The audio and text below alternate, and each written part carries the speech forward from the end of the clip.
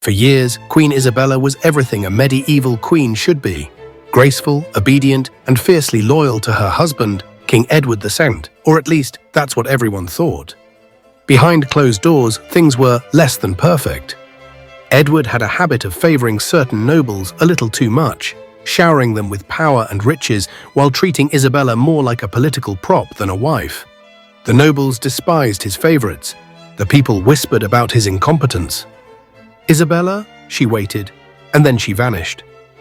One day she left England on what was supposed to be a diplomatic mission, and she never came back.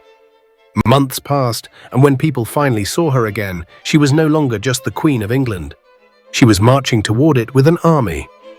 At her side, a powerful noble named Roger Mortimer, a man with no royal blood, but a whole lot of influence over Isabella.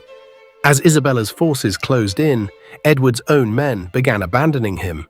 The great and mighty king, ruler of England, soon found himself hiding in a monastery, desperately hoping no one would find him. Spoiler, they did.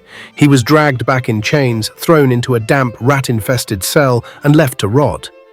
Isabella and Mortimer took over England, ruling in the name of her young son, the new King Edward III. But Edward II was still alive, and that was a problem. One morning, news spread that he had died suddenly in his cell. The official story: a natural death. The unofficial whispered version: he had been suffocated with a red-hot poker. For a while, Isabella and Mortimer ruled with absolute power. The Queen had done the impossible. She had overthrown a king, taken the throne, and eliminated anyone who stood in her way. But power is never safe. And betrayal? It runs in the family. Her son, Edward III, had been watching, waiting, and the moment he was old enough, he struck. Mortimer was dragged from his chambers, accused of treason, and executed.